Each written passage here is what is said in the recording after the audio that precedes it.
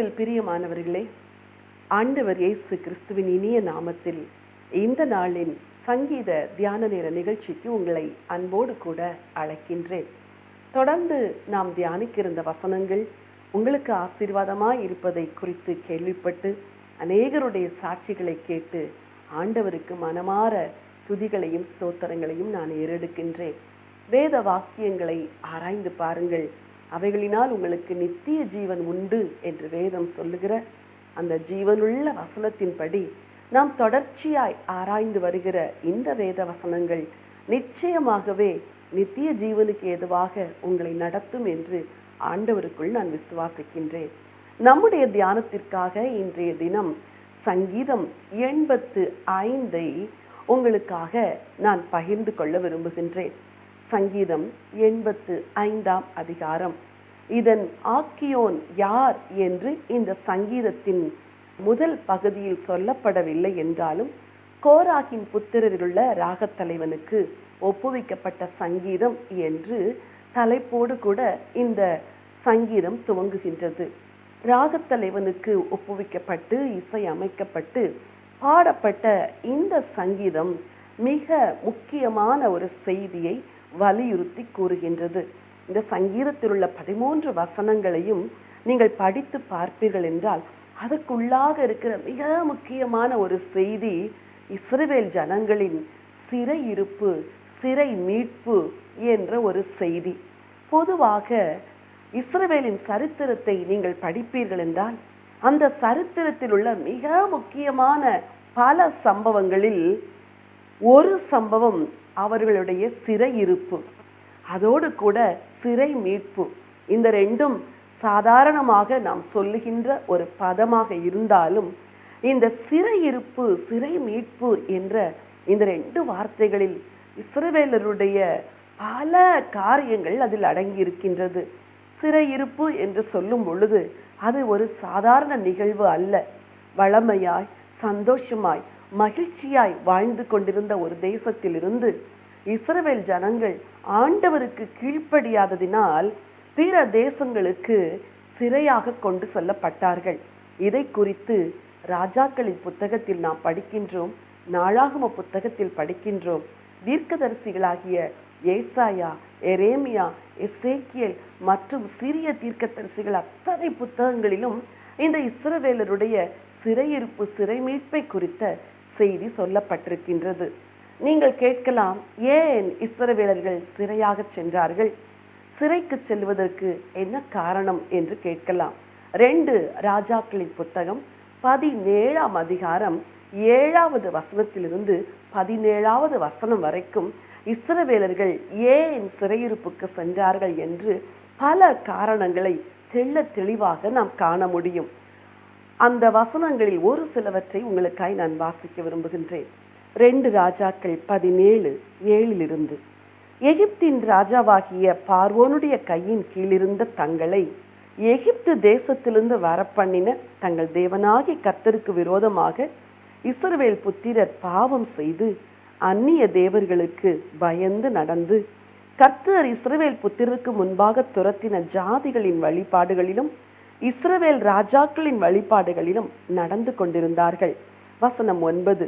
செய்யத்தகாத காரியங்களை இஸ்ரவேல் புத்திரர் தங்கள் தேவனாகிய கர்த்தருக்கு விரோதமாக ரகசியத்தில் செய்ததுமன்றி காவல் காக்கிற கோபுரங்கள் தொடங்கி அரணான பட்டணங்கள் மட்டுமுள்ள தங்கள் ஊர்களில் எல்லாம் தங்களுக்கு மேடைகளை கட்டி, வசனம் 10, உயரமான சகல மேட்டின் மேலும் பச்சையான சகல மரத்தின் கீழும் தங்களுக்கு சிலைகளையும் விக்கிர தோப்புகளையும் நிறுத்தி, வசனம் 11, கர்த்தர் தங்களை விட்டு குடிவிலக்கின ஜாதிகளைப் போல சகல மேடைகளிலும் தூபம் காட்டி கர்த்தருக்கு கோபம் உண்டாக துர்க்கிரியைகளை செய்து, வசனம் 12, இப்படி செய்யத்தகாது என்று கர்த்தர் தங்களுக்கு சொல்லியிருந்தும் நரகலான விக்கிரகங்களை சேவித்து வந்தார்கள். வசனம் 17, அவர்கள் தங்கள் குமாரரையும் தங்கள் குமாரத்திகளையும் தீக்கடக்க பண்ணி குறி கேட்டு நிமித்தங்கள் பார்த்து கர்த்தருக்கு கோபம் உண்டாக்க அவர் பார்வைக்கு பொல்லாப்பானதை செய்கிறதற்கு தங்களை விற்று போட்டார்கள். வசனம் 18, ஆகையால் கர்த்தர் இஸ்ரவேலின் மேல் மிகவும் கோபமடைந்து அவர்களை தம்முடைய முகத்தை விட்டு அகற்றினார். யூதா கோத்திரம் மாத்திரமே மீதியாய் இருந்தது. என் அன்பு தேவனுடைய பிள்ளைகளே, இந்த வசனங்களை நீங்கள் இன்னும் நிதானமாக நீங்கள் வாசிக்க வேண்டும் என்று விரும்புகின்றேன். 2 ராஜாக்களின் புத்தகம் 17ஆம் அதிகாரம் 7வது வசனத்திலிருந்து 18வது வசனம் வரைக்கும் நீங்கள் நிதானமாய் வாசித்து பார்ப்பீர்கள் என்றால், ஆண்டவர் ஏன் இஸ்ரவேலரை சிறையிருப்புக்கு ஒப்பு கொடுத்தார் என்று நாம் அறிந்து கொள்ள முடியும். யெகோவா தேவன் அவர்களை அடிமைத்தனத்திலிருந்து விடுதலை செய்து கொண்டு வந்தார். எகிப்திலே எவ்வளவோ சிறுமையில் இருந்தார்கள். கர்த்தரே தேவன் என்பதை அவர்களுக்கு நிரூபிக்கும்படி பல அற்புதங்களை செய்து அவர்களை சிறையிருப்பிலிருந்து ஆண்டவர் அருமையாய் அழைத்து கொண்டு வருகிறார். ஒரு கானான் தேசத்தை வாக்கு பண்ணி அங்கிருந்த எல்லா ராஜாக்களையும் ஜெயிக்க வைத்து ஆண்டவர் அவர்களை இந்த தேசத்திலே குடி அமர்த்தினார். அங்கு சென்ற பின்பு அங்கிருக்கிற கானானியரின் மார்க்கங்களை நீங்கள் பின்பற்றக்கூடாது என்று ஆண்டவர் அவர்களிடத்தில் உறுதியாக எச்சரித்திருந்தும் இஸ்ரவேலின் ராஜாக்களில் பலர் அந்நிய வழிபாடுகளை பின்பற்றினார்கள். ராஜாக்கள் அந்நிய வழிபாடுகளை பின்பற்றும் பொழுது ஜனங்களும் அவர்களுக்கு பின்னாக போக ஆரம்பித்தார்கள். செய்யத்தகாது என்று தேவன் எதையெல்லாம் சொல்லியிருந்தாரோ அவைகளை எல்லாம் தங்கள் அந்தரங்கத்திலும் செய்தார்களாம், வெளியரங்கத்திலும் செய்தார்களாம். தேவனை தவிர வேறு எவருக்கும் கையெடுக்க கூடாது என்று ஆண்டவர் அவர்களை உறுதியாக எச்சரித்திருந்தும் அவர்கள் மேடைகளை கட்டி அங்கே தூபம் காட்டி பலி செலுத்தி தேவன் அல்லாதவைகளை தொழுது கொண்டார்களாம். இதனால்தான் தேவன் அவர்களை சிறையிருப்புக்கு அனுப்பினார். இதை கேட்கிற உங்கள் ஒவ்வொருவருடைய வாழ்க்கையில் கூட சில சிறையிருப்புகள் இருக்கும். உங்களுக்கே தெரியாது, ஏன் இந்த சிறையிருப்பு, ஏன் இந்த பிரச்சனை, ஏன் இந்த போராட்டம், ஏன் இந்த பிரச்சனைக்கு மாத்திரம் முடிவு வரவே இல்லை, ஏன் இதற்கு மாத்திரம் விடியல் கிடைக்கவே இல்லை, விடை கிடைக்கவே இல்லை என்று நீங்கள் பல காரியங்களை யோசித்துக் கொண்டிருக்கலாம். சிறையிருப்பில் இருப்பது போன்ற ஒரு வாழ்க்கையை நீங்கள் அனுபவித்துக் கொண்டிருக்கலாம். உங்களுக்கு இன்றைக்கு நான் சொல்லுகிற ஆலோசனை என்னவென்றால், இஸ்ரவேலர் சிறையிருப்புக்கு போனதற்கு காரணங்களை தேவன் எழுதி வைத்திருக்கின்றார். வேதம் வாழ்க்கையின் எல்லா பிரச்சனைகளுக்கு உரிய காரணத்தையும் எழுதி வைத்திருக்கின்றது. அந்த பிரச்சனைகளுக்கான முடிவையும் எழுதி வைத்திருக்கின்றது. நீங்கள் சிறையிருப்பில் இருப்பதை போல உணர்வீர்கள் என்றால் இன்றைக்கு ஆண்டவரிடத்தில் கேட்க வேண்டும், ஆண்டவரே, என் வாழ்வில் இந்த சிறையிருப்புக்கு என்ன காரணம்? நீர் எனக்கு சொல்லும். என்னிடத்தில் என்ன குறை? உம்மை பிரியப்படுத்தாதபடி நான் எப்படி தவறி வாழ்ந்தேன்? நீர் செய்யக்கூடாது என்று சொன்ன எவற்றை நான் செய்தேன்? எனக்கு சொல்லும் என்று கேட்கும் பொழுது ஆண்டவர் உங்களோடு கூட பேசுவார். நவீன காலங்களிலே சில காரியங்களை செய்வது பாவம் போல தோன்றவில்லை. விசேஷமாக மேற்கத்திய நாடுகளில் எல்லாம் உடலில் பச்சை குத்தி கொள்வது அது அவர்களுக்கு ஒரு நாகரிகம் போல மாறிவிட்டது. எந்த வாலிபனை பார்த்தாலும் சரீரத்தில் எங்காவது ஒரு இடத்தில் பச்சை குத்தி கொள்ளுகிறார்கள். நம்முடைய நாட்டிலும் அது வழக்கத்திற்கு வந்துவிட்டது. ஆனால் வேதம் உறுதியாய் எச்சரிக்கின்றது, நீங்கள் உங்கள் தேவனுக்கு பரிசுத்த ஜனங்கள், ஆகவே உங்கள் உடலில் பச்சை குத்தி கொள்ளக்கூடாது என்று. இதன் காரணம் என்ன என்று பலரும் கேட்கலாம். காரணம் இல்லாத ஒன்றை தேவன் நமக்கு சொல்லுவதே இல்லை. பிசாசு பிடித்த ஒரு வாலிப பெண்ணுக்கு விடுதலைக்காக ஜெபித்துக் கொண்டிருந்த பொழுது அந்த பெண்ணுக்குள் இருந்த பிசாசு சொன்ன காரியம், இவள் பச்சை குத்தி கொள்ளும் பொழுது அந்த இரத்தத்தினால் என்னோடு கூட உடன்படிக்கை பண்ணினாள், ஆகவே நான் இவள் சரீரத்திற்குள் புகுந்து விட்டேன் என்று. சற்று யோசித்து பாருங்கள். தேவன் எல்லாவற்றுக்குமான காரணங்களை வேதத்தில் சொல்லுவதில்லை. ஆனால் காரணங்களை சொல்லாமலே நீங்கள் இவைகளை செய்யக்கூடாது என்று சொல்லி வைத்திருக்கிறார். விசுவாசித்து கீழ்ப்படுகிறவர்கள் பாக்கியவான்கள். அன்பு வாலிப பிள்ளைகளே, நாகரிகம் என்று சொல்லி நீங்கள் கூட உங்கள் உடலில் பச்சை குத்தி கொள்வதற்கு அதை தவறு என்று நினைக்காதபடி நீங்கள் அதில் ஈடுபடக்கூடும். இன்றைக்கு ஆண்டவர் உங்களோடு கூட பேசுகின்றார். நீங்கள் அப்படிப்பட்ட காரியங்களுக்கு விலகி இருக்க வேண்டும். வேதம் எதை சரி என்று சொல்லுகிறதோ அது உங்களுக்கு சரியாக இருக்க வேண்டும். வேதம் எதை தவறு என்று சொல்லுகிறதோ அதை நீங்கள் தவறு என்று எடுத்துக்கொள்ள வேண்டும். காலங்கள் மாறுகிறது, சூழ்நிலைகள் மாறுகிறது, நாகரிகம் மாறுகிறது என்பதனால் நீங்கள் பாவத்துக்கு உடன்பட்டு போகக்கூடாது. இஸ்ரவேலர்கள் அன்றைக்கு அப்படித்தான் போனார்கள். தங்களை சுற்றி இருந்த அந்நிய ஜாதி மக்களுடைய வழிபாட்டு முறைகளை தாங்களும் கை கொண்டதினால் தேவன் சொல்லி சொல்லி பார்த்தார், அவர்கள் கீழ்ப்படியவில்லை. இறுதியிலே சிறையிருப்புக்கு அனுப்பிவிட்டார். இந்த அறிமுகத்தோடு அல்லது முகவுரையோடு கூட இந்த சங்கீதத்திற்குள் கடந்து செல்ல விரும்புகின்றேன். நம்முடைய வசதிக்கு ஏற்றாற்போல் இந்த சங்கீதத்தை 3 பகுதியாக பிரிக்க விரும்புகின்றேன். முதல் 3 வசனங்கள் சிறையிருப்பிலிருந்து தேவன் மீட்டு கொண்டதற்கு நன்றி கூறுகிற வசனங்களாய் இருக்கிறது. சிறையிருப்பிலிருந்து மீட்டு கொண்டதற்காக நன்றி கூறுகின்ற வார்த்தைகள். 4வது வசனத்திலிருந்து 7வது வசனம் வரைக்கும் சிறையிருப்பிலிருந்து வந்த பிறகு மீண்டும் ஏற்பட்ட குழப்பங்கள், அடிமைத்தனங்கள், சிறுமையின் வாழ்க்கைகள், இவைகளிலிருந்து தேவன் தங்களை விடுதலை செய்ய 2ஆம் விசை தங்களை மீட்டுக்கொள்ள ஏறெடுக்கப்பட்ட ஜெபம், சிறை மீட்கும்படி மீண்டும் ஒரு ஜெபம். இது முதல் சிறையிருப்பு மீட்புக்காக பண்ணுகிற ஜெபம் அல்ல. சிறையிருப்பிலிருந்து வந்த பிறகு திரும்ப ஒரு விசை தேவன் தங்களை விடுதலை செய்ய ஏறெடுக்கப்பட்ட ஜெபம்.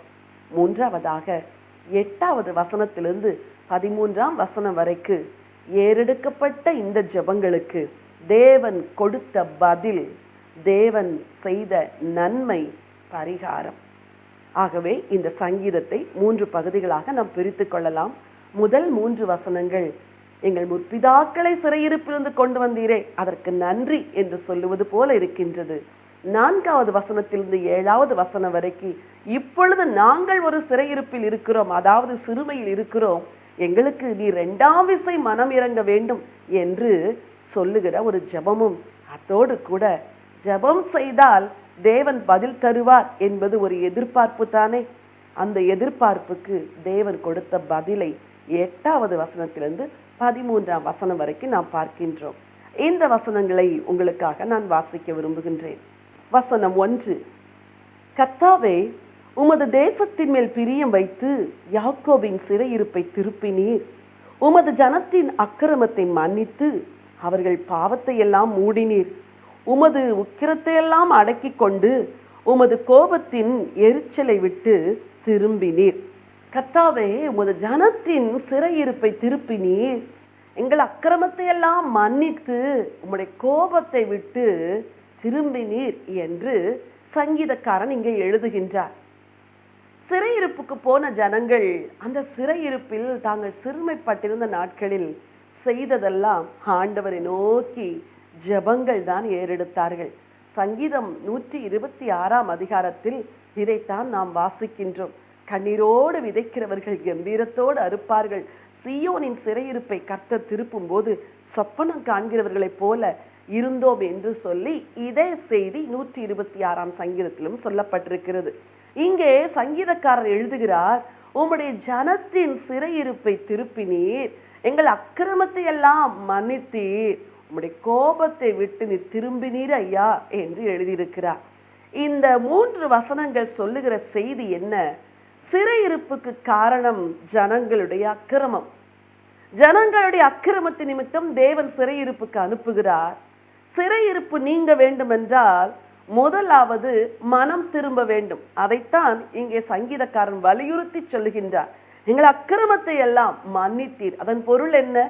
சிறையிருப்பிலே ஜனங்கள் எல்லாரும் தேவனை நோக்கி கூப்பிட்டு கொண்டிருந்தார்கள். ஆண்டவரே, எங்கள் அக்கிரமங்களை மன்னியும், எங்கள் மீறுதல்களை மன்னியும், எங்களுக்கு நீர் கொடுத்த செழிப்பும் விசாலமுமான தேசத்திலே உமக்கு நாங்கள் ஊழியம் செய்யாது போனோம், உம்மை சேவிக்காது போனோம், எத்தனையோ முறை உம்முடைய தீர்க்கதரிசிகளை கொண்டு எங்களை எச்சரித்தீர் ஐயா, உம்முடைய வார்த்தைகளுக்கு நாங்கள் செவி கொடுக்கவில்லை, இப்பொழுதோ சிறுமையில் இருக்கிறோம், எங்களை மன்னியும், எங்களை திருப்பிக் கொண்டு வாரும் என்று பக்தர்கள் எல்லாரும், பரிசுத்தவான்களில் பலரும் சிறையிருப்பில் இருந்த பொழுது மனம் திரும்பி ஜெபம் செய்தார்கள்.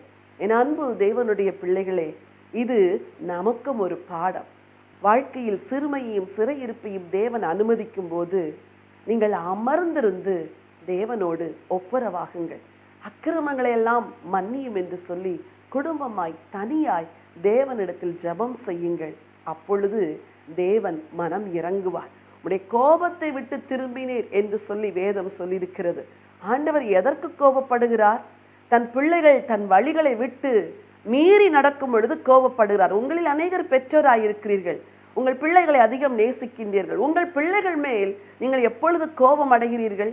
நீங்கள் சொல்லுகிற வார்த்தைக்கு உங்கள் பிள்ளைகள் செவி கொடுக்காத போது உங்கள் இருதயத்தில் கோபம் வருகிறது. அது அழிவுக்கு நேரான கோபம் அல்ல, உங்கள் பிள்ளைகள் நல்வழியில் நடக்க வேண்டுமே என்ற ஆதங்கத்தினால் உண்டாகிற கோபம். இங்கே தேவனும் கூட அப்படித்தான் கோபப்பட்டார். ஆனால் தேவனுடைய ஜனங்கள் தங்களை தாழ்த்தி ஜெபித்த பொழுது ஆண்டவர் கோபத்தை விட்டு திரும்பினார், சிறையிருப்பை திருப்பினார்.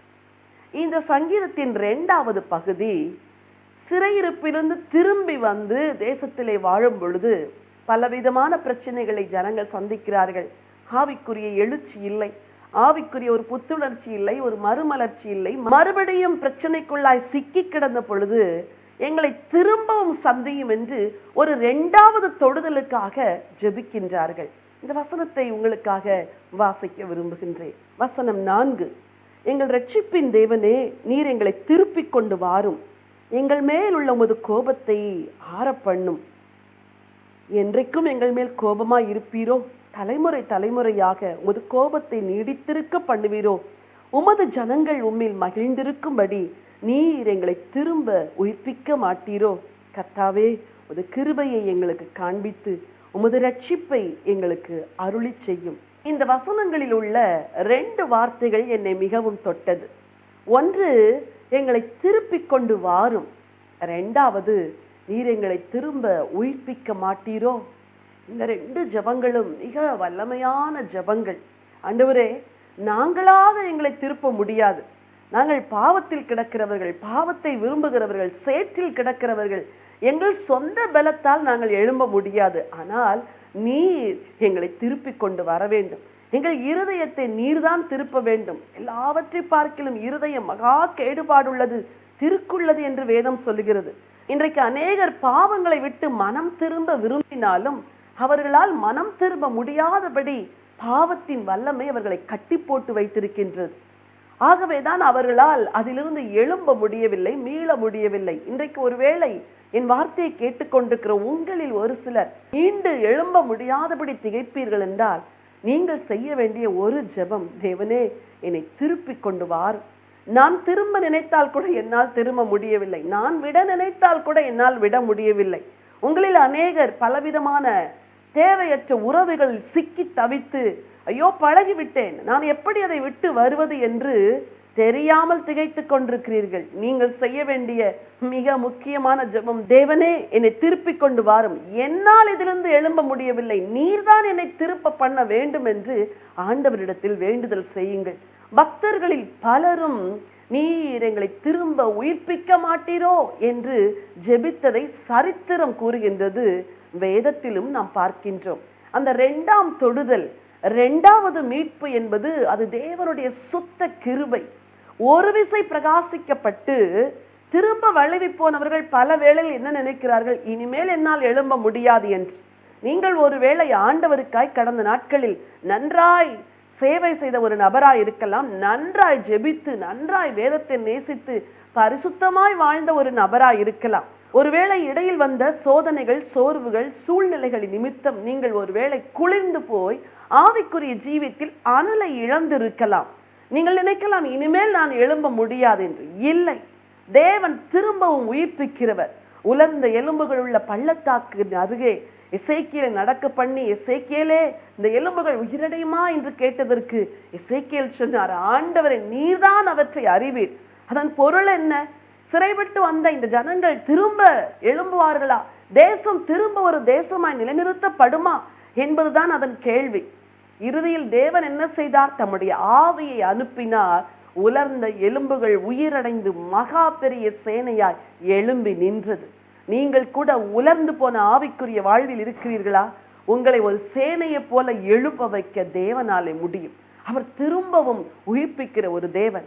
தேவ ஊழியத்தை செய்து பல ஆண்டுகளாய் கர்த்தருக்காய் வல்லமையாய் வாழ்ந்து இன்றைக்கு சோர்வின் பள்ளத்தாக்கில் விழுந்து கிடக்கிறீர்களா? உங்களுக்குத்தான் ஆண்டவர் பேசுகிறார். உங்களை திரும்ப உயிர்ப்பிக்க ஒரு தேவன் வல்லமை உள்ளவராய் இருக்கின்றார். எத்தனையோ பரிசுத்தவான்கள் விழுந்து போன போது ஆண்டவர் மனம் இறங்கி அவர்களை தூக்கி எடுத்தாரே, உங்களை எடுக்க மாட்டாரா? ஏசாயா தீர்க்கதரிசி தன்னுடைய புத்தகத்தின் 11ஆம் அதிகாரம் 11ஆம் வசனத்தில் சொல்லுகிற ஒரு காரியத்தை உங்களுக்காய் வாசிக்க விரும்புகின்றேன்.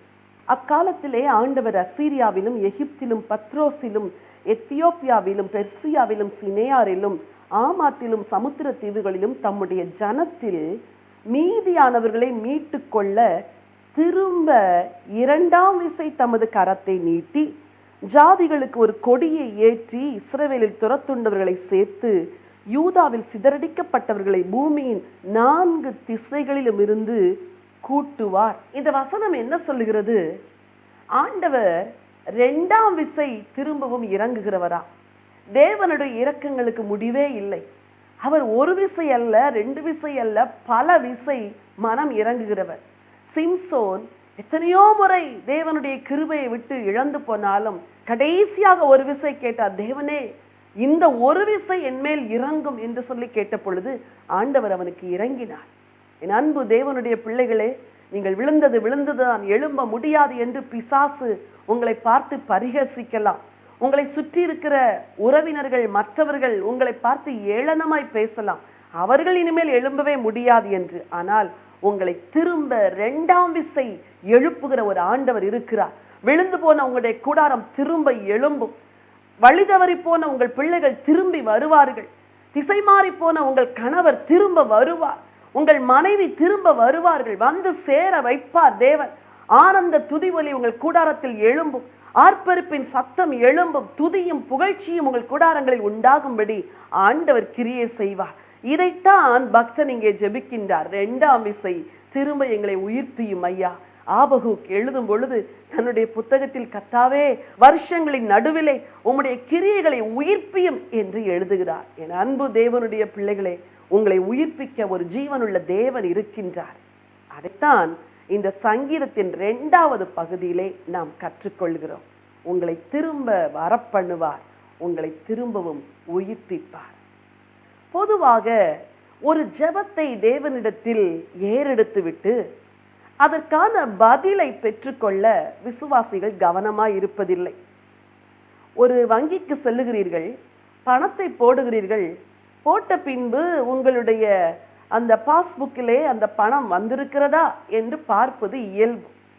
அதே நேரத்தில் நீங்கள் ஒரு குறிப்பிட்ட தொகையை போட்டுவிட்டு நீங்கள் போய் திரும்பவும் அந்த பணத்தை எடுப்பதற்கு யோசிப்பதே இல்லை. உங்களுக்கு தெரியும் உங்கள் கணக்கிலே அவ்வளவு பணம் இருக்கிறது என்று ஒரு உறுதியான நம்பிக்கை. ஜெபம் கூட அப்படித்தான். நான் ஜெபித்து விட்டேன், தேவன் எனக்கு நிச்சயம் பதில் தருவார் என்ற ஒரு நம்பிக்கை உங்கள் உள்ளத்தில் இருக்க வேண்டும். பலரும் அப்படி ஒரு நம்பிக்கையோடு தேவனிடத்தில் எதிர்பார்ப்பதில்லை. இங்கே சங்கீதக்காரன் ஜெபத்தை செய்துவிட்டு தேவன் என்ன பதிலை தருவார் என்று எதிர்பார்க்கின்றார். தேவன் தருகிற பதிலையும் தேவன் செய்கின்ற நன்மையையும் அடுத்த வசனங்களில் நாம் வாசிக்கின்றோம். வசனம் 8 உங்களுக்காய் வாசிக்க விரும்புகின்றேன். கர்த்தராகிய தேவன் விளம்புவதை கேட்டேன். அவர் தம்முடைய ஜனங்களுக்கும் தம்முடைய பரிசுத்தவான்களுக்கும் சமாதானம் கூறுவார். அவர்களோ மதிகேட்டுக்கு திரும்பாதிருப்பார்களாக. நம்முடைய தேசத்தில் மகிமை வாசமாய் இருக்கும்படி அவருடைய ரட்சிப்பு அவருக்கு பயந்தவர்களுக்கு சமீபமாய் இருக்கிறது. வசனம் 10, கிருபையும் சத்தியமும் ஒன்றையொன்று சந்திக்கும், நீதியும் சமாதானமும் ஒன்றையொன்று முத்தம் செய்யும். சத்தியம் பூமியிலிருந்து முளைக்கும், நீதி வானத்திலிருந்து தாழ பார்க்கும். கர்த்தர் நன்மையானதை தருவார், நம்முடைய தேசமும் தன் பலனை கொடுக்கும். நீதி அவருக்கு முன்னாக சென்று அவருடைய அடிச்சுவடுகளின் வழியிலே நம்மை நிறுத்தும். இந்த வசனங்கள் எல்லாம் என்ன சொல்லுகிறது? தேவனிடத்தில் ஜெபம் செய்யும் பொழுது தேவன் ஜெபங்களுக்கு பதில் கொடுக்கின்றார். பதிலை எப்படி கொடுக்கின்றார்? தன்னுடைய பரிசுத்தவான்களுக்கு சமாதானம் கூறுவார், அவர்களோ தங்கள் மதிகேட்டுக்கு திரும்பாதிருப்பார்கள் என்று. ஏற்கனவே ஏன் சிறையிருப்பு வந்தது? மதிகேட்டினால், தேவன் சொன்னவற்றை நம்பாததினால், தேவன் சொன்னவற்றுக்கு கீழ்ப்படியாததினால். இப்பொழுதோ தேவன் உள்ளத்திலே சமாதானத்தை கொடுக்கின்றாராம். சமாதானம் வந்தாலே ஒரு மனுஷனுடைய வாழ்வில் திருப்தி வந்துவிடும். திருப்தி வந்துவிட்டதென்றால் அடுத்து வேறொன்றை அவர்கள் தேடப்போவதில்லை. ஒரு காரை அல்லது ஒரு மோட்டார் பைக்கை வாங்க வேண்டும் என்று ஒருவர் விரும்புவார் என்றால் அந்த பொருளை வாங்கும் வரைக்கும் வீதியிலே போகிற எல்லா வாகனங்களின் மேலும் அவர்கள் கண்கள் படும். இது என்ன வகையை சேர்ந்தது, இது எத்தனை ரூபாய் மதிப்புள்ளதா இருக்கும், இதை வாங்கினால் நன்றாயிருக்குமா, அதை வாங்கினால் நன்றாயிருக்குமா என்று வழக்கமாய் மனிதர்கள் யோசிப்பது வழக்கம். ஆனால் தங்களுக்கு வேண்டிய அந்த வாகனத்தை வாங்கிய பின்பு அவர்கள் இன்னொரு வாகனத்தை நோக்கி பார்ப்பதில்லை. இதில் திருப்தி அடைந்து விடுவார்கள். தேவன் தருகிற சமாதானம் அப்படித்தான். உங்கள் உள்ளத்திலே கர்த்தர் தன்னுடைய சமாதானத்தை கொடுக்கும் பொழுது நீங்கள் இன்னொரு தேவைக்கு நேராக மதிகேடாய் நடக்கப் போவது இல்லை. அதுதான் தேவனுடைய ஆசீர்வாதம். இந்த ஜெபத்திற்கு ஆண்டவர் கொடுத்த பதில் ஐஸ்வர்யமோ சொத்தோ சம்பத்தோ அல்ல, சமாதானம். ஒரு குடும்பத்திற்கு தேவையான மிகப்பெரிய ஆசீர்வாதம் எது தெரியுமா? சமாதானம். ஒரு தனி மனிதனுக்கு வேண்டிய மிகப்பெரிய ஆசீர்வாதம் எது தெரியுமா? சமாதானம். உங்கள் தொழிலுக்கு, உங்கள் ஊழியத்திற்கு, உங்கள் சபைக்கு வேறு எதுவும் ஆசீர்வாதம் தேவையானது அல்ல. முதலில் வேண்டியது தேவ சமாதானம். அதை கொடுக்கின்றாராம் தேவன். அத்தோடு கூட அடுத்த வசனம் சொல்கிறது, நம்முடைய தேசத்தில் தேவனுடைய மகிமை வாசமாய் இருக்கும் என்று. எப்பொழுது இஸ்ரவேலர்கள் சிறைப்பட்டு போனார்களோ அப்பொழுது தேவ மகிமை அங்கிருந்து போய்விட்டது. தேவாலயம் இடிக்கப்பட்டது. அங்கிருந்த பொன்னெல்லாம் உருகி ஓடிற்று. தேவ பிரசன்னம் இல்லை. ஆனால் தேவன் திரும்ப அவர்களை உயிர்ப்பிக்கும் பொழுது தன்னுடைய ஜனத்திற்கு சமாதானம் தருவதோடு கூட மகிமையையும் ரட்சிப்பையும் கொடுக்கின்றாராம். இந்த பின்வரும் வசனங்கள் எதை மறைபொருளாய் சொல்லுகிறது என்றால், மேசியாவாகிய இயேசு கிறிஸ்து அவர்தான் எல்லா ஜனங்களுக்கும் விடிவை தருகின்றவர், வெளிச்சத்தை தருகின்றவர். அவர் வரும்பொழுது கிருபையும் சத்தியமும் ஒன்றை ஒன்று சந்திக்கும், நீதியும் சமாதானமும் ஒன்றை ஒன்று முத்தம் செய்யும் என்று வேதம் சொல்லுகிறது. கிருபை, சத்தியம் இது தேவனிடத்திலிருந்து வருகிறது. மனுஷர்களுக்கு சத்தியம் சொல்லப்படும் பொழுது கிருபை உன்னதத்திலிருந்து வந்து அந்த மனிதனை சந்திக்கிறது.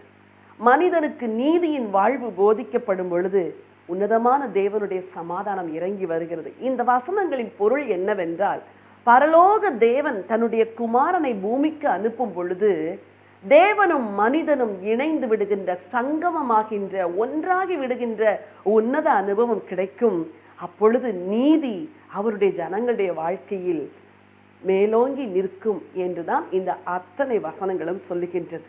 நீதி அவருக்கு முன்னாக செல்லும். தேவன் தன்னுடைய குமாரனாகிய மேசியாவை நம் வாழ்வில் அனுப்பும் பொழுது இங்கே சொல்லப்படுகிற அத்தனை ஆசீர்வாதங்களும் நம் வாழ்வில் வந்து பலிக்கும் என்பதுதான் இதன் பொருள். கர்த்தர் நன்மையானதை தருவார், தேசம் தன் பலனை தரும். அந்த நன்மை எது தெரியுமா? மேசியாவாகிய கிறிஸ்து தான் அந்த நன்மை. இன்றைக்கு புறவினத்து மக்களாகிய உங்களுக்கும் எனக்கும் இந்த நன்மை இலவசமாய் கொடுக்கப்பட்டிருக்கின்றது. ஒருவேளை என் வார்த்தையை கேட்டுக்கொண்டிருக்கிற நீங்கள் இந்த மேசியாவாகிய இயேசுவை அறியாத ஒரு நபராய் இருப்பீர்கள் என்றால், உங்கள் வாழ்வில் நன்மையே இல்லையே என்று நினைக்கிற ஒருவராய் இருப்பீர்கள் என்றால், இந்த இரட்சகராகிய இயேசுவை உள்ளத்தில் ஏற்றுக்கொள்ளுங்கள். உங்கள் உள்ளத்திலே அந்த நன்மை வரும், கிருபை வரும், நீதி வாசம் செய்யும். அநீதி நிறைந்த இஸ்ரவேலர் சிறைப்பட்டு போனார்கள். மேசியாவாகிய கிறிஸ்து வந்து அந்த நீதியை மீண்டும் அவர்களுக்கு கொடுக்கின்றார். இதுதான் இந்த சங்கீதத்தின் முடிவு. சிறைப்பட்டு போன ஜனங்களை சிறை மீட்டு கொண்டு வந்ததற்கான நன்றி. இரண்டாம் விசை தேவன் தங்களை உயிர்ப்பிக்கும்படி ஏறெடுக்கப்பட்ட ஜெபம், அந்த ஜெபத்திற்கு தேவன் தந்த பதில், தேவன் கொடுத்த நன்மை, தேவன் அளித்த பரிசாகிய மேசியா, மகிமை என்ற ஒரு வார்த்தை, அது மேசியாவை குறிக்கின்ற வார்த்தை. அவர் வருவார், மறுபடியும் நம்மை சேர்த்து கொள்ளுவார். பரலோகமும் பூலோகமும் ஒன்றை ஒன்று சந்தித்து மகிழ்வோடு வாழ்கின்ற பாக்கியமான வாழ்வு பரிசளிக்கப்படும் என்ற நற்செய்தியோடு இந்த சங்கீதம் முடிகின்றது. தொடர்ந்து வாசியுங்கள், ஆண்டவருக்குள் பலப்படுங்கள். உங்களுக்காக நான் ஜெபிக்கட்டுமா? அன்பின் ஆண்டவரே, பரலோக பிதாவே, நீர் கொடுத்த இந்த ஜீவனுள்ள வார்த்தைகளுக்காக உமக்கு நன்றி சொல்லுகிறோம் ஐயா. ஆண்டவரே, உம்முடைய வசனத்தை தியானிப்பது எத்தனை இன்பம் ஆண்டவரே. சிறைப்பட்டு போன உம்முடைய ஜனத்தின் சிறையிருப்பை திருப்பி அவர்களை இரண்டாம் விசை உயிர்ப்பித்து அவர்களுக்கு நன்மையை கொடுத்த சர்வ வல்லமையுள்ள தேவன் நீர்.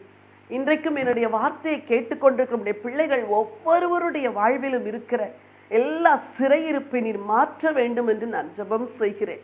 ஆண்டவரே, வாழ்க்கையில எப்படிப்பட்ட சிறையிருப்பில் இருந்து கண்ணீரோடும் கதறுதலோடும் வேண்டுதல் செய்து கொண்டிருக்கிறார்களோ அவர்கள் சிறையிருப்பை எல்லாம் நீர் மாற்ற வேண்டும் என்று நான் ஜெபிக்கிறேன் அப்பா.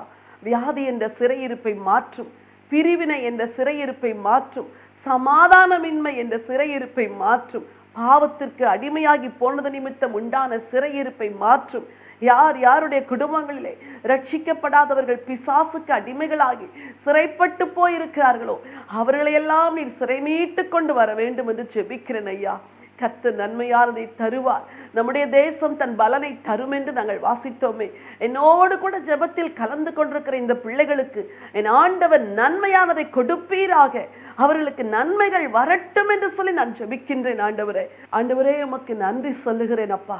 விசேஷமாய் எங்களை திருப்பி கொண்டு வாரும், எங்களை இரண்டாவது விசை திரும்ப உயிர்ப்பியும் என்று யார் யாரெல்லாம் ஜெபித்துக் கொண்டிருக்கிறார்களோ அவர்களுடைய ஆவிக்குரிய வாழ்க்கையிலே திரும்ப ஒரு உயிர் மீட்சி வரட்டும் ஆண்டவரே.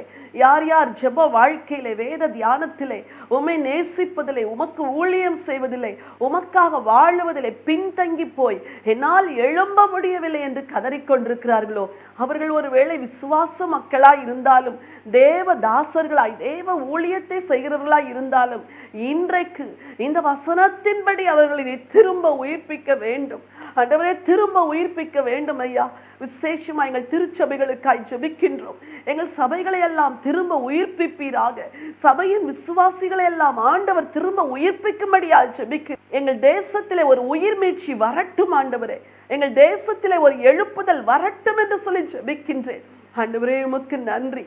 அன்றைக்கு இஸ்ரவேலரை சிறை மீட்டு கொண்டு வந்தது போல இன்றைக்கு இந்த வசனத்தை தியானித்த ஒவ்வொரு தனி நபரையும், ஒவ்வொரு குடும்பத்தையும் தேவன் சிறை மீட்டு கொண்டு வரும்படியா ஜெபிக்கின்றேன். யார் யார் தங்கள் நம்பிக்கை இழந்து இனிமேல் எனக்கு இதெல்லாம் நடக்காது என்று துக்கத்தோடு துயரத்தோடு அமர்ந்திருக்கிறார்களோ அது நடக்கும் என்று நீர் சொல்லுகிறதற்காய் ஸ்தோத்திரம் ஆண்டவரே. முடியாது என்று சொன்ன காரியங்கள் உம்மாலே கூடும் என்று சொல்லி நாங்கள் விசுவாசிக்கிறோம். நன்மைகளை கொடுப்பீராக, எல்லா தடைகளும் மாறுவதாக. வியாதியின் சிறையிருப்பிலே சிக்கி தவிக்கிற மக்களுக்காய் ஜெபிக்கிறேன். இரட்சகர் இயேசுவின் நாமத்தினாலே இந்த வியாதியின் சிறையிருப்பு மாறட்டும் ஆண்டவரே. மருத்துவ செலவுகள் எல்லாம் அவர்களுக்கு குறையட்டும் என்று சொல்லி ஜெபிக்கிறேன். இன்றைக்கு ஒரு அற்புத சுகம் இயேசுவின் நாமத்தில் உண்டாவதாக. இந்த குடும்பங்களிலே சமாதானம் உண்டாகட்டும் என்று சொல்லி நான் ஜெபம் செய்கிறேன் அப்பா. நம்முடைய ஜனங்களுக்கு சமாதானத்தை கொடுக்கிறதுனால் மதிகேட்டுக்கு திரும்பாதிருப்பார்களா என்று சொல்லியிருக்கிறதே. இந்த குடும்பத்தில் உள்ள பிள்ளைகளில் ஒருவர் கூட மதிகேட்டுக்கு, பாவ வாழ்க்கைக்கு, தேவனை விட்டு விலகுகிற வாழ்க்கைக்கு திரும்பக்கூடாது ஆண்டவரே. கர்த்தர் அனுக்கிரகம் செய்வீராக. ஆசீர்வதியும், வழி நடத்தும். இரட்சகரும் அருமை மீட்பெருமாம் இயேசு கிறிஸ்துவின் நாமத்தில் ஜெபிக்கின்றேன் ஜீவனுள்ள நல்ல பிதாவே, ஆமென்.